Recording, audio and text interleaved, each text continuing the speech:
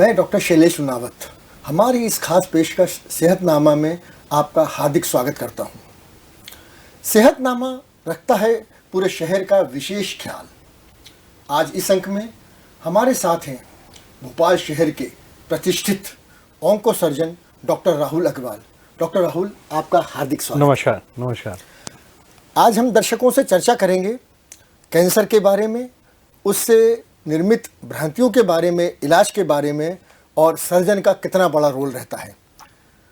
Doctor Rahul Agarwal, हम शुरुआत करते हैं। कैंसर नाम मुंह में आते ही ऐसा लगता है कि एक बहुत भयानक डरावनी बीमारी है। इसके प्रति बहुत सारी भ्रांतियां फैली हुई हैं, तो आप कैसे इसको एक आम आदमी को मैसेज देना चाहेंगे कि कैंसर से हम किस भ्रांतियों को किस तरीके से दूर कर सकते हैं? जी सर, अमूमन जब भी हम, आपने सही बोला, जैसे कैंसर शब्द सुनते हैं तो दिमाग में पिक्चर बन जाती है कि ये एक लाइलाज बीमारी है और इससे मरीज़ ठीक नहीं हो सकता। जबकि इसके उलट मैं ये लोगों को संदेश देना चाहूँगा कि कैंसर जो है पूरी तरह से क्योरेबल बीमारी, इसमें पूरी तरह से ठीक हुआ जा सकता है, बशर्ते हम इसको सही समय पे पहचानें और सही इलाज कराएं, तो इस बीमारी से पूरी तरह से ठीक हुआ जा सकता है। और हमारे सामने आज इतने सारे एग्जाम्पल्स हैं, इतनी सारी सेलिब्रिटीज़ हैं जिन्होंने कैंसर का इलाज करवाया है और वो एक नॉर्मल लाइफ जी रहे हैं अपनी। तो जैसे मतलब सेलिब्रिटीज़ भी हैं, जैसे संजय दत्त और युवराज सिंह को हम सभी लोग जानते हैं, कैसे उन्होंने जो है इस बीमारी से लड़ा और अपने नॉर्मल जीवन में वापस आए। इनफैक्ट युवराज सिंह ने तो उसके बाद गेम्स ही खेले इंटरनेशनल। तो एक प्रॉपर एग्जाम्पल है कि तरीके से इलाज कराएं तो पूरी तरह से ठीक हो सकता है, नॉर्मल लाइफ भी जी सकते हैं। बिल्कुल सही कहा कि अप्रोच जो मरीज की होनी चाहिए वो समय पे डॉक्टर के पास पहुँचे। अच्छा, इसमें हम सोचें कि कैंसर का बेसिक कारण क्या होता है? वैसे बहुत सारे कारण होते हैं, लेकिन बेसिक कारण खान पान, रहन सहन और आदतें, इनमें से किन चीज़ों पे आप जोर देते हैं? जी सर, आपने बिल्कुल सही सवाल पूछा। कैंसर भी एक प्रकार का लाइफस्टाइल डिसऑर्डर है, जिसमें जो है हमारे खान पान, रहन सहन के जो कभी आदतें जो है उसमें बहुत इंपॉर्टेंट रोल प्ले करती हैं। जैसा कि सबसे मुख्य कारण जो है वो है तंबाकू का सेवन। हमारे भोपाल में जैसे कि अगर आप देखते हैं तो चबाने वाला तंबाकू जो है, ये पान मसाला, सुपारी, रजनीगंधा के चक्कर में काफ़ी सारे लोगों को मुंह से उत्पन्न होने वाले कैंसर्स काफ़ी कॉमनली होते हैं। इसके अलावा भी तंबाकू से जो है फेफड़े का कैंसर, श्वास नली का कैंसर, हमारे बाकी दूसरे विभिन्न अंगों का भी कैंसर बहुत अमूमन होता है। फिर इसके अलावा एक लाइफस्टाइल में जैसे हम बोलते हैं कि खान पान, बहुत ही हाई फैटी डाइट, अगर हम बात करें, लैक ऑफ फिजिकल एक्टिविटी, जब कोई एक्सरसाइज अगर नहीं करते हैं, अगर हम नियमित व्यायाम नहीं करते हैं, तो उससे भी जो है कैंसर्स होने की रिस्क बढ़ जाती है।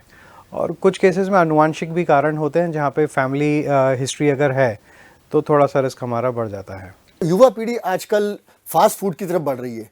फास्ट फूड जिसमें हम वेजिटेरियंस भी कम होते जा रहे हैं, तो कोलोनिक कैंसर या आंतों के कैंसर, और विदेशों में ये हो रहा है कि अब वो भारतीय फूड की तरफ ज़्यादा बढ़ रहे हैं। तो इसमें इस पर्टिकुलर खान पान का क्या रोल रहता है? जी सर, इसमें भी जो है एक बहुत अच्छी काफ़ी सारा व्याख्यान हुए हैं, जिसमें उन्होंने पाया गया कि जो रेड मीट जो हम बात करते हैं वो कैंसर बनाने में काफ़ी मुख्यतः कारण होता है। इसके अलावा और जो फास्ट फूड, जो जंक फूड हैं, जिसमें हाई फैटी डाइट्स होती हैं, प्रोसेस फूड होते हैं, इससे भी जो है जो टीन के जो खाने जो हम बोलते हैं ना, जो प्रिजर्व किए हुए फूड रहते हैं, उसमें भी सॉल्ट इन सब की मात्रा बहुत ज़्यादा रहती है, जिससे कि कैंसर बनने के कारण काफ़ी ज़्यादा बढ़ जाते हैं। उसके उलट जैसे हम देखें तो शाकाहारी व्यंजन, जैसे कि फल फ्रूट है जो है, अगर उसकी मात्रा अगर हम रखते हैं, हाई फाइबर फूड होने से ना ही सिर्फ आंतों के कैंसर, बाकी दूसरे कैंसर्स में भी हमको मदद मिलती है और एक अच्छे जीवन बिताने में मदद करता है। तो अच्छा खान पान, नियमित व्यायाम, इसके बाद हम आगे बढ़ते हैं कि किसी को कोई सिम्टम डेवलप होते हैं तो उस मरीज को सबसे पहले किसके पास जाना चाहिए और कैसे हम उसको डिवाइड करेंगे? ऑन्को फिजिशियन, ऑन्को सर्जन, दो क्या होता है, मरीज को कोई सिम्टम आते हैं तो वो ये मान के चलता है कि मुझे कैंसर नहीं हो सकता, लेकिन जब डॉक्टर के पास पहुंचता है तो हम वहाँ कैसे अप्रोच रखनी चाहिए? जी सर, ये भी बहुत इम्पॉर्टेंट सवाल किया आपने। एक्चुअली क्या है, जब हमको सिम्टम्स होते हैं तो पता तो रहता नहीं कि कैंसर है, केवल एक शक कारण होता है। तो ऐसा ज़रूरी नहीं है, आप किसी भी अपने लोकल फिजिशियन के पास भी जाके दिखा सकते हैं, उनको अपनी समस्या बता सकते हैं। इसमें केवल एक ही पॉइंट मैं कहना चाहूँगा कि अगर आपको कोई भी समस्या, जैसे कि कोई घाव बन जाए, कोई गठान बन जाए, या हमारी जो है आंतों की चाल गड़बड़ हो के कॉन्स्टिपेशन होने लग रहा है, या ब्लीडिंग होने लग रही है, या उसकी जो ऑल्टर्ड जो है, कोई अबनॉर्मल ब्लीडिंग हो रही है बच्चेदानी के रास्ते या कहीं से भी, या खाना खाने निकलने में दिक्कत हो रही है, आवाज़ बदल रही है, कुछ वार्निंग सिम्टम्स हैं, अगर कोई भी ऐसी परेशानी हो रही है जो 2 से 3 हफ्ते तक लगातार चल रही है, जो हमारी नियमित दवाइयों से भी ठीक नहीं हो रही है, तो एक शक हमको ज़रूर होना चाहिए कि इसमें बीमारी हो सकती है। अपने लोकल फिजिशियन से मिलें, अगर वो हमको बायोप्सी के बारे में एडवाइस करते हैं तो उससे जो है डरे नहीं। कई लोग क्या है कि बायोप्सी के नाम से काफ़ी डर जाते हैं और डॉक्टर के पास जाना नहीं चाहते हैं। तो इसलिए अगर बायोप्सी तुरंत, अगर कोई भी शक है तो बायोप्सी करवाएं, या फिर आप खुद से जो है कैंसर फिजिशियन से या कैंसर सर्जन से मिल सकते हैं, जो आपकी उचित जांच करके आपको बायोप्सी वगैरह का एडवाइस करेंगे और उसके बाद डायग्नोज करेंगे कि आगे क्या करना है। बायोप्सी कितने प्रकार की होती है? जैसे कहा जाता है, एक होती है फाइन नीडल एस्पिरेशन बायोप्सी, मतलब बारीक सुई लगाई और 2 मिनट में ये काम हो गया। एक ट्रू कट बायोप्सी। तो मैं समझाना चाहता हूँ, ये पूछना चाहता हूँ आपसे कि ये बायोप्सी कितनी प्रकार की होती है और इनसे डायग्नोसिस के किस लेवल तक हम पहुँच सकते हैं? जी सर, बायोप्सी हमको ये कंफर्म करा, जैसे कोई भी गठान है हमारे शरीर में या कोई भी घाव है, तो हम उसमें से एक छोटा सा, जैसे बोलते हैं, नमूना ले लिया, एक सैंपल ले लिया, जो हमको ये कंफर्म करके बताता है कि ये फला बीमारी जो है, ये गठान का कारण क्या है, इसमें कैंसर है या कोई और इन्फेक्शन तो नहीं है टीबी वगैरह जैसा, या कोई मवाद वगैरह तो नहीं है, या फिर कैंसर की कौन सी वैरायटी है। तो जैसे आपने बोला कि एफएनएसी या ट्रू कट बायोप्सी, जब भी कोई गठाने हैं, कोई हमारे शरीर में अंदर कोई गठान बनी हुई है, उसमें से हम लोग जो है नॉर्मली एफएनएसी या बायोप्सी प्रेफर करते हैं। जब कोई छाला वगैरह जैसा दिखता है जो हमारी चमड़ी पे है या मुंह के अंदर है, या दूरबीन के द्वारा हमको आंतों में कहीं पे भी कोई छाला दिखता है, तो उसमें से हम एक सैंपल निकाल लेते हैं जिसको हम पंच बायोप्सी बोलते हैं। तो ये 2-3 प्रकार की नॉर्मली बायोप्सीज होती हैं। इन बायोप्सी की रिपोर्ट अधिकतर 24 से 48 घंटे या 72 घंटे में मिल जाती है, तो इससे एक टिश्यू डायग्नोसिस बन जाता है। अब इसके बाद शुरू होता है इलाज। इलाज के पहले कुछ ज़रूरी जांचें, पैट स्कैन या न्यूक्लियर स्कैन, ये क्या होते हैं और इनसे क्या सहयोग मिलता है? जी सर, जैसे आपने बिल्कुल जिस दिशा में जाके पहले हमारा काम है, कोई भी अगर हमारे को तकलीफ़ है या कोई गठान है, तो उसको हमने पहले बायोप्सी करके कंफर्म कर लिया कि क्या बीमारी। एक बार कैंसर की डायग्नोसिस बन जाती है, तब हमारा नेक्स्ट स्टेप होता है ये जानना कि इसमें स्टेज क्या है बीमारी की और इसमें हमको क्या इलाज करना है। तो स्टेज को करने के लिए ज़्यादातर सीटी स्कैन जो है, जिस भी हिस्से की बीमारी है उस हिस्से का सीटी स्कैन, या अगर हम ये मान के चलते हैं कि बीमारी फेफड़े में या कहीं और जाएगा, पेट में जाएगा, तो छाती या पेट का सीटी स्कैन करा सकते हैं। कुछ कुछ बीमारियों में पेट स्कैन भी करवाया जाता है, जहाँ पे वो हमको ज़्यादा बेहतर जानकारी दे सकता है बीमारी के बारे में कि क्या एक्चुअल स्टेज है। और उस स्टेज के आधार पे फिर जो है सर्जन, मेडिकल ऑन्कोलॉजिस्ट और रेडिएशन ऑन्कोलॉजिस्ट, तीनों की टीम जो है उस केस को डिस्कस करती है और फिर डिसाइड करते हैं कि मरीज़ के लिए क्या इलाज बेहतर रहेगा, उसकी लाइन ऑफ ट्रीटमेंट क्या होनी चाहिए। आम आदमी के दिमाग में रहता है कि अगर कैंसर ज़्यादा फैला हुआ नहीं है तो उसको निकलवा दें। तो निकलवाने के रास्ते सर्जरी बेस्ट रहता है। एक अच्छे ऑन्को सर्जन हैं आप, तो आप किस तरीके से उसको प्रेफर करते हैं? और कुछ केसेस में बिना सर्जरी के भी डायरेक्ट, जिसे हम बोले कीमोथेरेपी से ट्रीटमेंट हो जाता है, तो वो कैसे आप डिसाइड करते हैं? सर वही, जैसे मैंने आपको बताया कि जो है ये टीम डिस्कशन होता है जिसमें मेडिकल ऑन्कोलॉजिस्ट, सर्जन और रेडिएशन ऑन्कोलॉजिस्ट बैठते हैं। अभी जो रिसर्चेस जो हुई हैं कैंसर में, इसमें काफ़ी बदलाव आ गए हैं पिछले 1-2 दशक में, जहाँ पे नई कीमोथेरेपी और जैसा कि बोलना चाहिए इम्यूनो ऑन्कोलॉजी की भी जो नई दवाई आई हैं, इसकी वजह से और कैंसर के डायग्नोसिस में भी काफ़ी चेंजेस आए हैं, जहाँ पे हम आजकल अब सिवाय बायोप्सी के नहीं, उसमें आईएचसी करके और स्पेशल जांचें होती हैं जो जिससे कैंसर का नेचर समझते हैं और उसके हिसाब से पेशेंट के पर्टिकुलर किस ऑर्गन से बीमारी आ रही है, किस प्रकार का कैंसर है और क्या स्टेज है, उसके हिसाब से फिर लाइन ऑफ ट्रीटमेंट डिसाइड करते हैं। किसी पेशेंट में पहले कीमोथेरेपी देके फिर ऑपरेशन किया जाता है, किसी पेशेंट में पहले ऑपरेशन करके फिर कीमो या सिकाई देते हैं, किसी पेशेंट में केवल सिकाई होती है। और अमूमन जैसे देखेंगे कैंसर्स को हम 2 डिवीज़न में भाग करते हैं।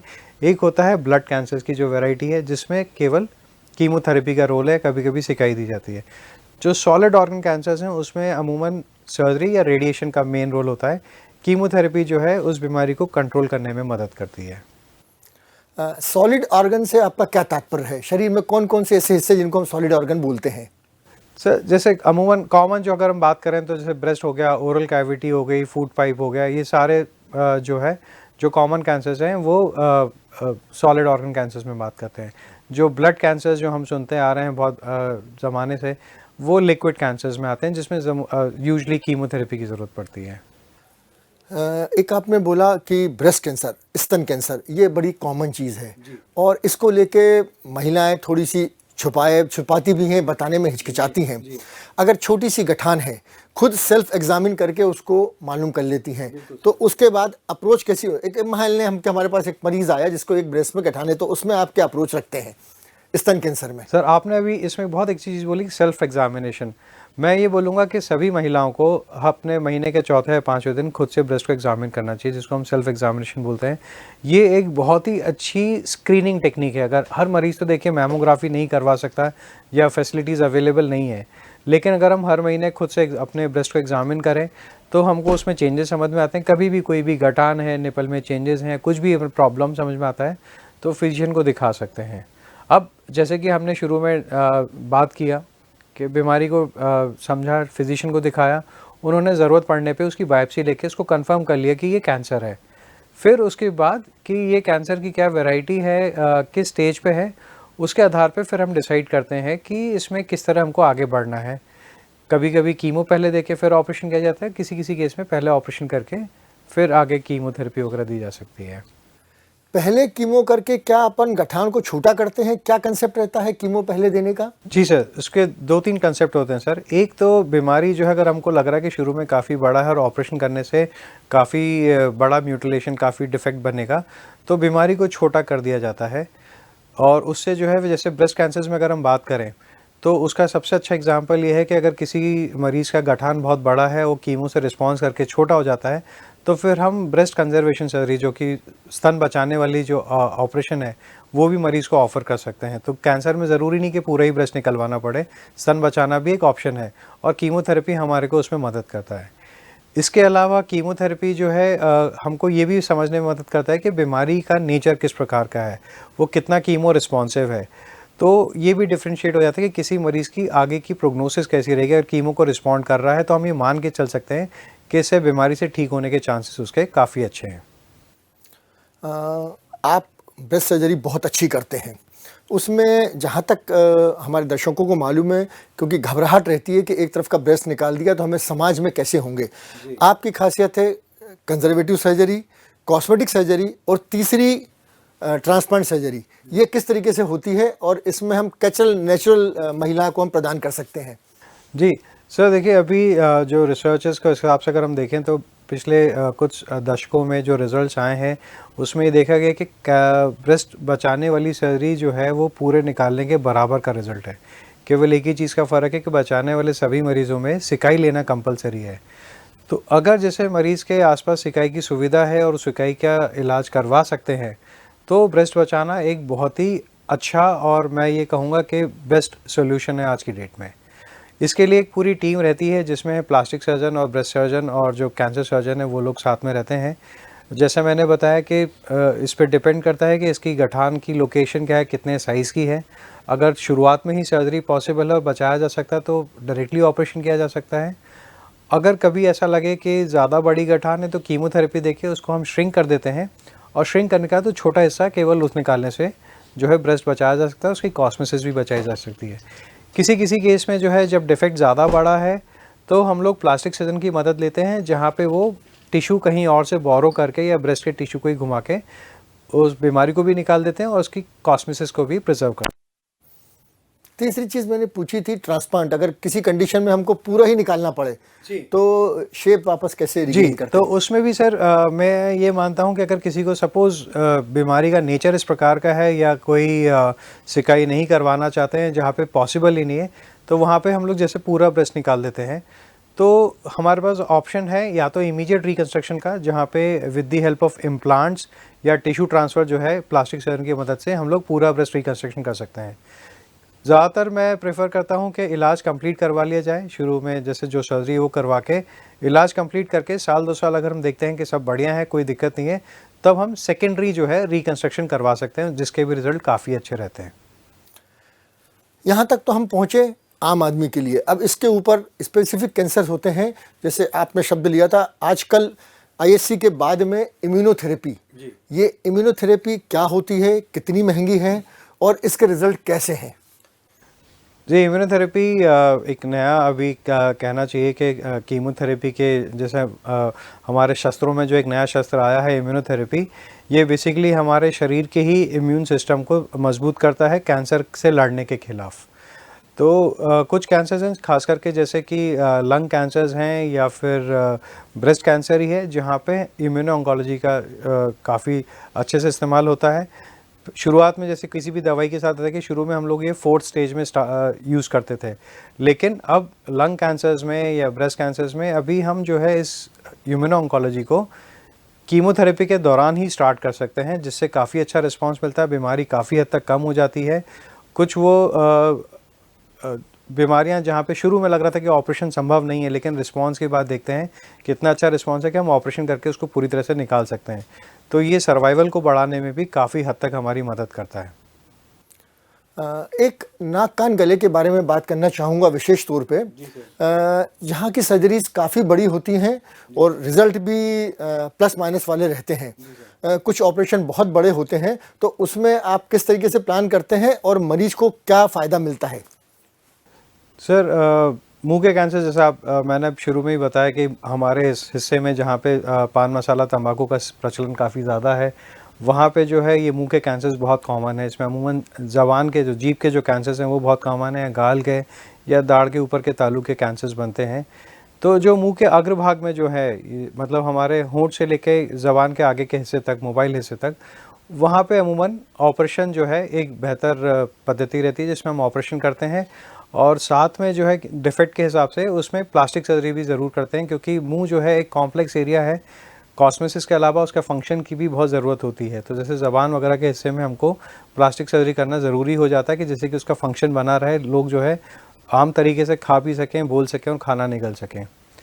जो मुंह के कैंसर जो पिछले हिस्से में जो ज़बान का जो बेस ऑफ टंग जो हम बात करते हैं, फेरिंग्स के जो गले के हिस्से जो कैंसर्स होते हैं, उसमें अमूमन पहले सिकाई दी जाती है। काफ़ी हद तक सिकाई अकेले से काम चल जाता है। रेयर केसेस में कभी सिकाई के बाद अगर बीमारी आती है तो फिर उसमें ऑपरेशन की ज़रूरत पड़ती है, और करीब करीब सभी में जो है हम लोग इसीलिए प्लास्टिक सर्जन को साथ में लेके चलते हैं, जो कि रिकन्स्ट्रक्शन करके फंक्शन को एज नॉर्मल एज पॉसिबल पहुंचाते हैं। एक महत्वपूर्ण और अनछुआ पक्ष में आपसे जानना चाहूँगा, एज का क्या रोल रहता है? क्योंकि लोगों के मन में फीलिंग रहती है कि यंग एज में कैंसर नहीं हो सकता है और वो एक होने वाली गठान को या लक्षणों को निगलेक्ट करते हैं। तो एज का कितना रोल रहता है और आज की लाइफ स्टाइल में हमें उस पर कितना ध्यान देना चाहिए? जी सर, ऑलमोस्ट मतलब जैसे एक ज़माने में बोला जाता है कि जो कैंसर जो है वो बड़े उम्र की बीमारी है, लेकिन ये फैक्ट भी है कहीं तरह से, क्योंकि उम्र के साथ साथ जो है कैंसर होने का रिस्क हमारा बढ़ जाता है। लेकिन आज की पॉपुलेशन में, खास करके भारत की जहाँ पे युवा पॉपुलेशन बहुत ज़्यादा है, और युवाओं में भी कैंसर्स देखा गया है। As early age 16 to 18 years की एज में भी ब्रेस्ट कैंसर्स की लोगों में पता चला है, मुंह के कैंसर्स के बारे में पता चला है। तो अगर मैं ये बोलना चाहूँगा कि अब जो है उम्र कोई एक अपवाद नहीं रह गया है, किसी भी उम्र में कैंसर हो सकता है। तो अगर आपको कोई भी डाउटफुल तकलीफ़ है, कोई भी गठान है या कोई छाला है, और ख़ास करके आपको तंबाकू ये सब की हिस्ट्री है, तो आपको तुरंत जाके डॉक्टर को दिखाना चाहिए और ज़रूरत पड़ने पे बायोप्सी करवानी चाहिए। उम्र अब कोई मतलब जो एक अपवाद है, उसमें कैंसर किसी भी उम्र में कैंसर हो सकता है। एक दूसरा और महत्वपूर्ण चीज़ है कैंसर सर्विक्स, जिस पर मैं बात करना चाहूँगा छोटे से। उसमें ये भी बहुत कॉमन है और महिलाओं में होता है, तो इसके बारे में थोड़ा सा प्रकाश डालिए आप। कैंसर सर्विक्स मतलब कि जो बच्चेदानी का जो मुख द्वार होता है उसका कैंसर बहुत कॉमन है। एक ज़माने में जो है इंडिया में भी कैंसर सर्विक्स जो महिलाओं में होने वाले कैंसर्स में सबसे टॉप पर रहता था। अभी ब्रेस्ट कैंसर फर्स्ट नंबर पे आ गया और कैंसर सर्विक्स सेकंड नंबर पे है। कैंसर सर्विक्स जो है जिसके दो मुख्य कारण हैं, एक है HPV करके जो वायरस है उसकी इन्फेक्शन की वजह से होता है, जो कि कहने को मल्टीपल सेक्सुअल पार्टनर्स या फिर उसकी वजह से भी हो सकता है। और दूसरा कारण है हाइजीन, और मतलब फीमेल्स में खास करके गांव के तबकों में जो है जहाँ पे हाइजीन वगैरह बेहतर नहीं रहता है, वहाँ पे जो है इसके कैंसर्स के रिस्क बढ़ जाती हैं। और अच्छी बात यह है कि अब जो है जो HPV की जो हम बात कर रहे थे, HPV के लिए वैक्सीन आ गया है। तो मैं ये बोलना चाहूँगा कि खास करके अभी हम कोरोना से निकले हैं, सबने देखा है कि वैक्सीन किस तरह हमारी मदद करता है। तो अगर हम HPV का वैक्सीन जो है, जो कि लड़कियों को 9 से 12 की उम्र की लगाना चाहिए हमको। उसकी 2 डोजेस होती हैं। अगर वो हम एचपीवी का वैक्सीन लगाते हैं तो ऑलमोस्ट 90 to 95% जो है हम कैंसर्स के इंसिडेंस को ख़त्म कर सकते हैं। ये पहली चीज़। दूसरा ये कि कोई भी एबनॉर्मल ब्लीडिंग हो या महिलाओं में महीने बंद हो जाने के बाद कभी भी ब्लीडिंग हो तो हमेशा शक होना चाहिए कि ये बीमारी हो सकती है, कोई दिक्कत है, तुरंत गायनेकोलॉजिस्ट को दिखाएं। और वही जैसे मैंने बताया कि अगर वो जांच करके उनको कुछ गड़बड़ लगती है तो उसकी बायोप्सी करवा सकते हैं। स्क्रीनिंग होती है जिसको हम पैप्समियर बोलते हैं, बट स्क्रीनिंग भी अगर आप करवा सकते हैं तो बहुत ही अच्छा है। साल में एक बार जाके अपने गायनेकोलॉजिस्ट से मिलके गायनेकोलॉजी चेकअप कराएं और पैप्समियर करवाएं। अगर पैप्समियर नॉर्मल आता है तो बहुत अच्छी बात है। अगर पैप्समियर में कोई भी डाउट आता है तो उसका फिर उचित इलाज करवाएं। धन्यवाद डॉक्टर राहुल अग्रवाल। कोई भी शरीर में नए लक्षण आते हैं, गठान उत्पन्न होती है, घाव भरता नहीं है, या महिलाओं को स्तन में कोई गठान महसूस होती है तो उसे हमें निगलेक्ट नहीं करना चाहिए। यह हमारे विशेषज्ञ डॉक्टर राहुल अग्रवाल का कहना है। नियमित व्यायाम, अच्छा खान पान, उससे कैंसर ला इलाज नहीं है। समय पे अगर उसकी जांच की जाए, समय पे अगर मालूम कर लिया जाए और ढंग से इलाज करके एलोपैथी पे ज़्यादा ध्यान दिया जाए, साथ में दूसरी अगर पैथी चलती है चलाएं, लेकिन इस चीज़ को जो नई साइंटिफिक विधा है उसको बंद ना करें तो कैंसर ला इलाज नहीं है। सेहतनामे में आज इतना ही। देखते रहिए सेहतनामा, जो कि आपके पास हर अंक में लेके आता है एक नए डॉक्टर को एक नए विषय पे बात करने के लिए। देखते रहिए DNN सेहतनामा।